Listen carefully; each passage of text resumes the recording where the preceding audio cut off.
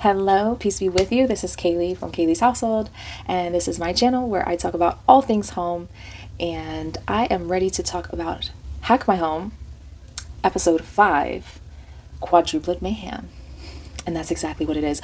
But first, let's, if you can, please like the video, subscribe to my channel, interact with me, follow me on socials. Do me a favor, you know what I'm saying? So thanks for being here, and so let's get into it.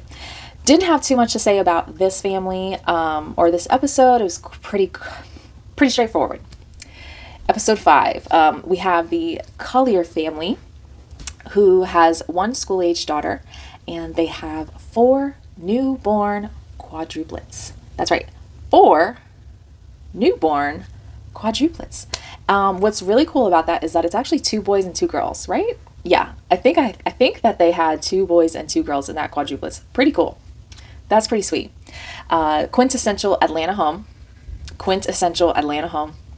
Big garage, trees, the square footage that you're paying for with Southern homes. Okay, you know what I'm talking about. Just really nice neighbors. It seemed like just a quintessential Atlanta home. Nonetheless, mom works full time as a teacher. Dad works full-time from home, and he is the full-time caretaker of these, I guess, the 4 children. I don't know if it's including the school-age child. I don't know if she goes to school while he's at home with the 4. I don't know. I hope so, because I would hate to have her helping him out raising these babies. Okay, please go to school and let Dad change these diapers. Nonetheless, so yeah, 3 bedroom, it's about 1,700 square foot. It's a newer home, and it is a turnkey. You could tell when they bought it, there wasn't too much to do. So they actually started to, I think the dad mentioned that he started to try to make a home office situation outside of the garage, and couldn't finish it because you know what? They had 4 on the way. So that was a nice surprise, and they had to stop everything and obviously take care of 4 humans. So a lot of, unfinished things. They talked to the team about what they want. They really wanted the garage. They really wanted more indoor square footage from what I was gathering. Now, the parents didn't agree on, the playroom, whether they wanted it in the garage or the nursery. And so we're going to talk about that later as to why I felt like they weren't on the same page. Okay. Nonetheless, we go into their living room, and they got the babies parked in front of the fireplace. Now, we know that this is in Atlanta, and we know that that fireplace is not being used, okay? That fireplace is for looks, and looks only. It is not for function. But just a laughing moment for me, seeing babies in front of a fireplace. Just, I know that Ati I knew that it made her glitch, just like it made me glitch a little bit. Just safety. Nonetheless, they had to do that because they said that when they change the diapers, it's an assembly line process. Okay? This is a manufacturing, this is a baby manufacturer, home. Great. Love that there are processes in place. Love that they are about process improvement in their home. And I'm here for it. So they go into the garage, and their team's asking, well, where do you store all these things? Where do you house them? Okay, so the garage is basically the overstock, that's great, but ideally, overstock for nursery items should be inside. Now, there's a lot of reasons why I think that. There's humidity.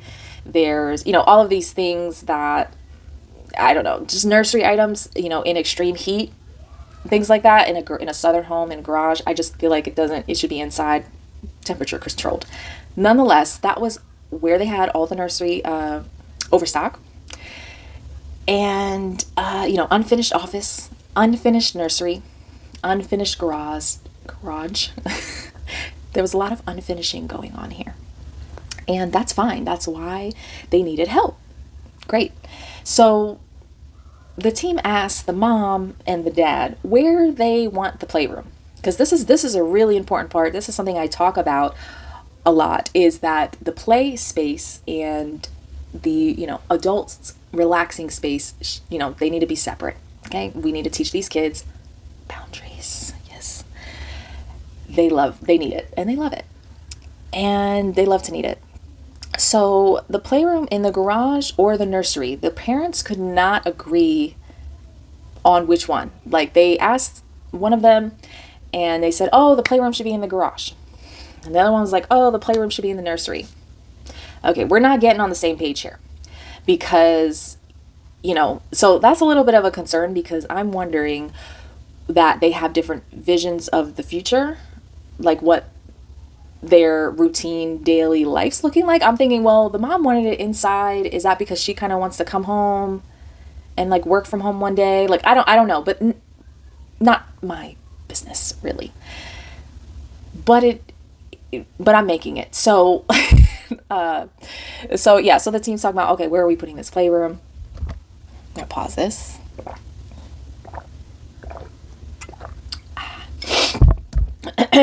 So the team's talking about where are we putting this playroom? Where are we putting the cribs at? Because you do need 4 cribs at this moment because you got 3.5 cribs resting in peace in what Mikkel called he called it a crib graveyard. And that was accurate description. Spinning cribs, flipping cribs. I think Jessica had brought this up, or I don't know, one of the team and Ozzy checked him real quick on that and said, hey, cribs we're not innovating cribs. We're not reinventing the wheel. They're safety measures. We're buying these cribs. But it was a good idea, to movable, not to be so, what's the word for it?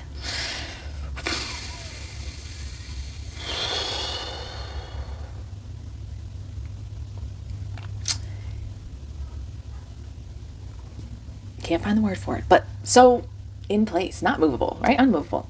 And then they were going like children on the second floor. I don't know, but Auntie, she mentioned, she's like, I don't like regular doors. We're doing sliding doors on just about everything that we're doing over here. I think in the playroom. So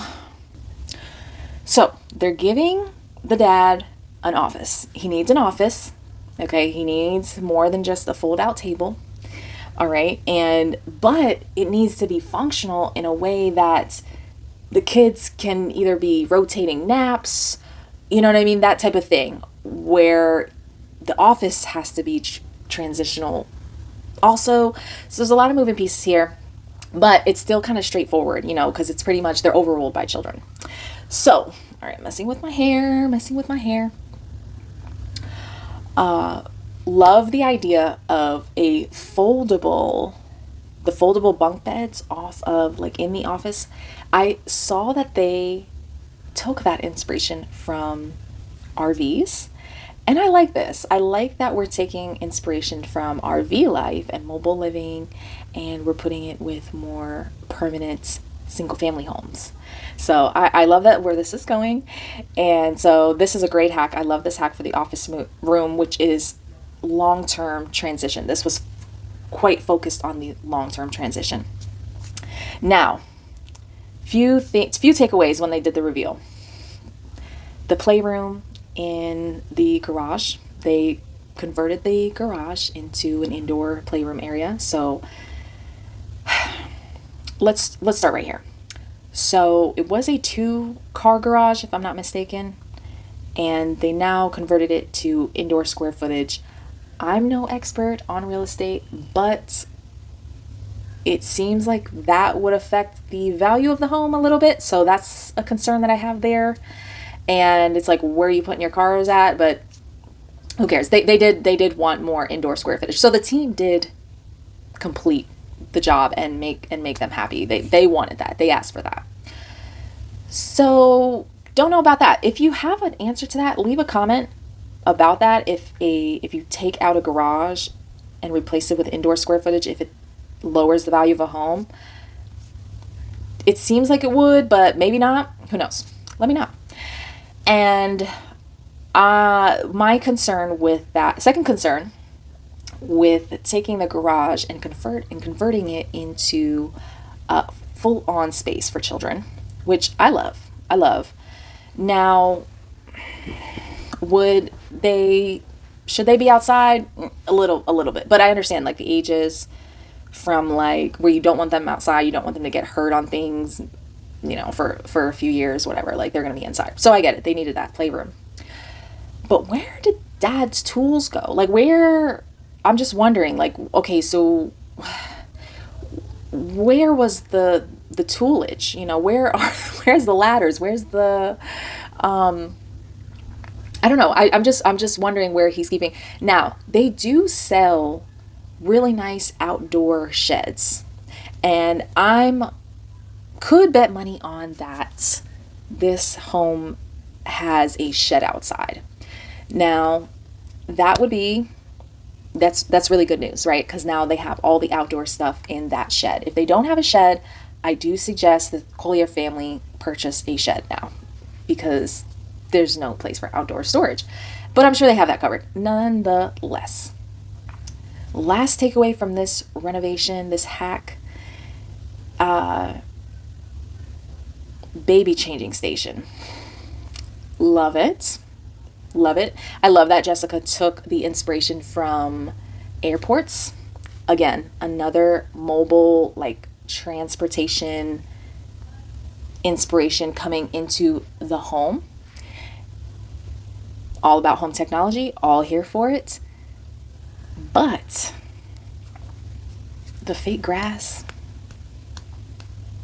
right below where you're changing diapers.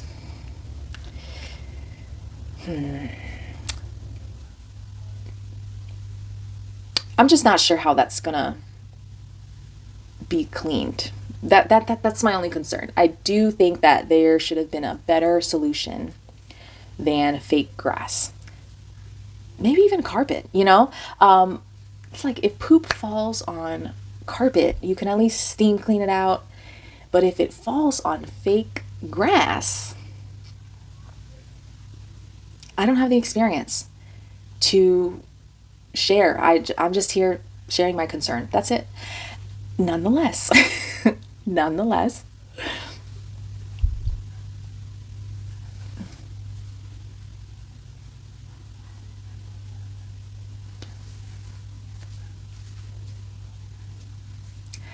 nonetheless, that playroom was awesome and it did think about the future. And I'm sure that the father loved his new office where he can have a nap, maybe. I don't have too much to say about this episode. Those are my thoughts. Thanks for listening. Catch me on the next video. And I'll see you in the next one. Bye.